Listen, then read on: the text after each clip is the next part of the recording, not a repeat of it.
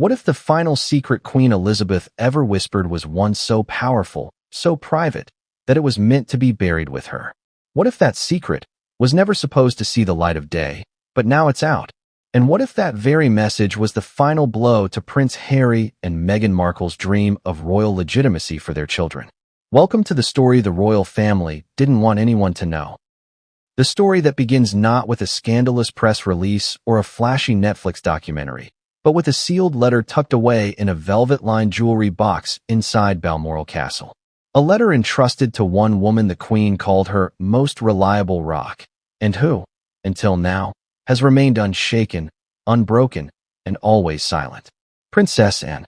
Before we continue, please hit the like button, subscribe to the channel, and turn on the notification bell for updates. But silence has an expiration date. Because today, we're unpacking not only the Queen's private final words about the Sussexes, but the monumental consequences they sparked.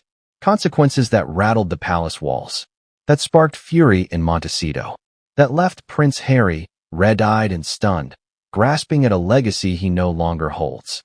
So here's the question. Did the Queen really strip Archie and Lilibet of royal futures, not by law, but by legacy? Did Her Majesty quietly rewrite history, not with a decree, but with one simple sentence written by hand? And why now, months after her death, is this message finally being revealed by Princess Anne? Let's go back, not just to the Queen's final days, but to her final stand. It all begins at Balmoral Castle, the Queen's favorite sanctuary, the place where she felt most human, not as a monarch, but as a grandmother, a mother, a woman holding the last threads of a crumbling dynasty. The world saw her smile on the balcony, but behind closed doors, the Queen was facing a decision. A personal one she didn't trust to just anyone. No prime minister, no advisor, not even King Charles. Only Anne. Because Anne had never courted the spotlight. She had never sold a scandal. She had been the definition of royal loyalty. Unshakable, unapologetic, discreet. She had endured betrayal from siblings, ridicule from the press, and neglect by history books. Yet she never strayed.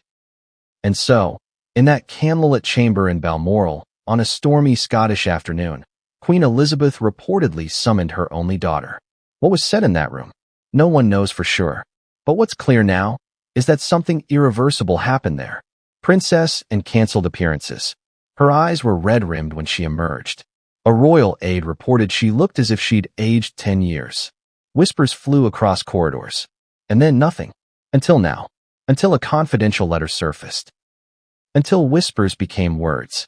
Until the Queen's private goodbye began echoing across the monarchy she ruled for 70 years. And it wasn't a goodbye filled with flowers and sentiment. It was a farewell lined with resolve. One insider close to the situation revealed the Queen had long harbored deep concerns about the future of the monarchy in the wake of Megxit. Not just about Harry and Meghan's exit, but about their intentions.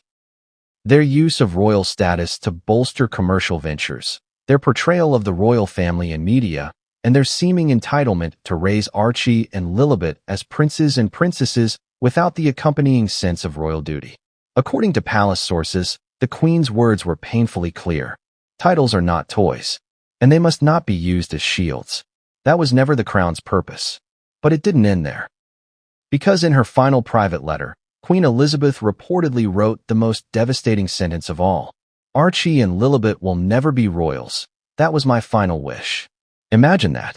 A grandmother, a monarch, a matriarch of a family already fracturing, choosing to make her last statement not about forgiveness, not about healing, but about preservation, about the crown, about keeping it intact. And now, that letter, once sealed in secrecy, has been opened, shared, and sent like a shockwave straight into the heart of Montecito, California. Reports say Harry was blindsided, that he had no idea the Queen had left behind such a personal message. Meghan? According to insiders, she went into full panic mode. Not because of the symbolism, but because of the implications. No titles means no security. No recognition means no power. No royal status for Archie and Lilibet? That meant, as Meghan allegedly confided to a close friend, they erased my children. But the Queen didn't act out of malice. Not according to Anne. Sources say Princess Anne didn't want to reveal this message. She carried the letter for months, unsure whether the world should ever know. But after a tense private meeting between her, King Charles, and William, and after Meghan reportedly prepared a second Netflix documentary focused on how the crown rejected my children, and decided to act. She wasn't just revealing a letter. She was defending her mother's final legacy. And that's where the story shifts. Because this isn't just about a piece of paper, or a title, or even about two children half a world away. It's about the monarchy's survival. About the Queen drawing her final line in the sand. About one last attempt to keep the institution sacred, untainted, and unsold. Here's something many don't know. The Queen had been discussing this idea with her inner circle for years, since 2020, when Megxit unfolded. She watched as Harry and Meghan turned their departure into a brand. She watched as royal grievances became streaming gold. She watched as her own son, Charles, struggled to balance personal love for his grandson with public duty to the realm. But the Queen knew what generations before her had learned the hard way. Once the crown starts bending for convenience, it stops being a crown. It becomes a costume. So, she made a decision. She didn't tell the public. She didn't issue a press release. She didn't have a meeting with the Privy Council. She wrote it, by hand, and she gave it to Anne. Because, and the spare no one ever talks about, had always been the Queen's quiet sword. The one who never flinched. The one who would understand. But even Anne, it turns out, found this burden too heavy to carry alone. And so here we are, with the public finally hearing about a message once meant to die in silence. A message that could tear the House of Windsor apart from within. Not with scandal, but with something far more dangerous. Intentional exclusion. And now you have to ask yourself, what happens when a monarch's final wish conflicts with a son's love for his children? What happens when a matriarch's decision sparks a modern media war? Is the Queen's final message a wise act of royal protection? Or a cruel rejection of two innocent children? We're only getting started. Because what happened after the Queen's letter surfaced sent shockwaves not only through Buckingham Palace, but all the way across the Atlantic. It set off chain reactions, private calls, legal threats, secret meetings, and even another desperate attempt by Harry to reverse the irreversible. And we're going to break all of it down. The tears behind Anne's eyes. The explosive phone call Meghan made the next morning. The furious reaction from King Charles. And the second letter. Hidden in the Queen's Bible. Because the truth isn't just in what was said. It's in why it was said, and who was meant to hear it. But what came next would change everything, and no one saw it coming. What do you say when the Queen asks you to sit down for a conversation that might never be spoken of again? It wasn't a formal audience. It wasn't a grand declaration. It was something quieter, more human. The Queen didn't wear her royal brooches that day. No pearls. No tiara. Just a soft tartan shawl wrapped around her frail shoulders, her breath shallow but steady, as she looked out over the gray hills of Balmoral. Princess and had been summoned. And that was unusual. Because when the Queen summons, it's typically a matter of state. This wasn't. This was personal. It was 5 days before the Queen's death. The press was oblivious. The palace communications team had released the usual upbeat bulletins. The Queen is resting comfortably, in good spirits, grateful for the support of the public. But behind the heavy oak doors of the private apartments at Balmoral, things were different. The Queen was fading, and she knew it. So she asked for the one person she believed would carry out her most sacred, final instruction, not as a sovereign's command, but as a mother's final act of protection for the crown she had defended with every breath of her life. She asked for Anne, and Anne came. But here's the thing, Anne didn't cry easily. She wasn't known for emotional displays. In fact, she was often described as stoic, almost cold. Headlines had called her the Iron Princess, the unshakable one, Elizabeth's strongest link. So when her royal valet saw Anne emerge from that room with swollen eyes, lips pressed tight, her steps slow and deliberate, the staff knew something had happened. But no one dared ask. Not until now. Let's go back to that moment. Princess Anne entered the Queen's room around 2:15 p.m. The Queen, too weak to rise from her chair, gestured for Anne to sit beside her. A tray sat untouched near the window, weak tea, a few bites of shortbread. A letter, sealed in cream-colored parchment and tied with a violet ribbon, rested atop a leather-bound Bible on the table. And knew immediately. This wasn't a casual conversation. This was something weightier, heavier. The Queen began to speak, softly at first, and then, with increasing clarity, as if the gravity of what she was about to say gave her strength. She spoke of the institution, of duty, of legacy, and of how things had unraveled. The words came out carefully, almost clinically, like she'd rehearsed them. According to palace insiders who later heard portions of what was shared, the Queen said this: "I've watched this family bend, twist, fracture, but what I've never seen is what's happened these past few years. A deliberate, public stripping away of what it means to serve." She paused. "They want the crown without the cross, the glory without the grit," and stayed silent. She listened, like a soldier awaiting orders. The Queen went on to mention Harry and Meghan, not by name, but unmistakably. She referenced the ones who left. She said, "They made a choice. I respected that. But they cannot choose when to be royal and when not to be.